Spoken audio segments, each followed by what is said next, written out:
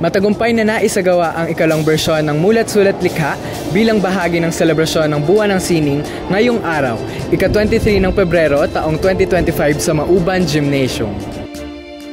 Pinasimulan ang palatuntunan sa panalangin ni David Delanquio de Sembrana, miyembro ng Ang Selusiw, at pambungad na mensahe ng Editor-in-Chief na si Ginoong Vincent Pasachempo. Ibinahagi niya ang pinagmulan at gampanin ng organisasyon sa bayan ng Mauban pagdating sa malikhaing pagsulat at pagbabalita. Ang publikasyon ng Ang Selusiw ay isa sa mga rehistradong organisasyon ng Youth Organization Registration Program ng National Youth Commission at aktibong miyembro ng Local Youth Development Council ng Mauban.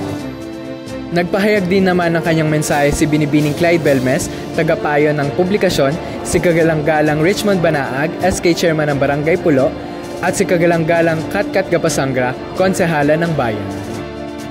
Ang nasabing kaganapan ay dinaluhan ng mga kabataang Maubanin mula sa iba't ibang paaralan sa Mauban.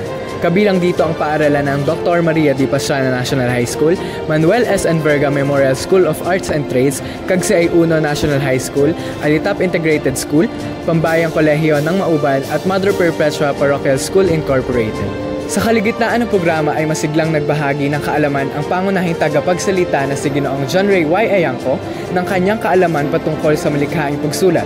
Naglahad si Ginoong Ayangco ng ilang payo sa kung papaano magsulat at lumikha ng literatura. Ayon sa kanya, do not be someone else, be you, for writing is experiential. Samantala, kasabay rin ang ginanap na seminar ang mga kompetisyon sa pencil sketching, pagsulat ng tula, pagsulat ng maikling kwento, digital cartooning, at camshot o photo contest. Silbing hurado sa mga nasabing kompetisyon sila Ginoong John Kirby Calusin, Ginoong John Ray Ayangco, at Binibining Danica Talabo. Ang kaganapang ito ay nagbigay daan sa pagpapalawak ng kaalaman sa malikhaing pagsulat at sining, na nagbigay inspirasyon sa mga kabataang Maubanin mula sa iba't ibang paaralan.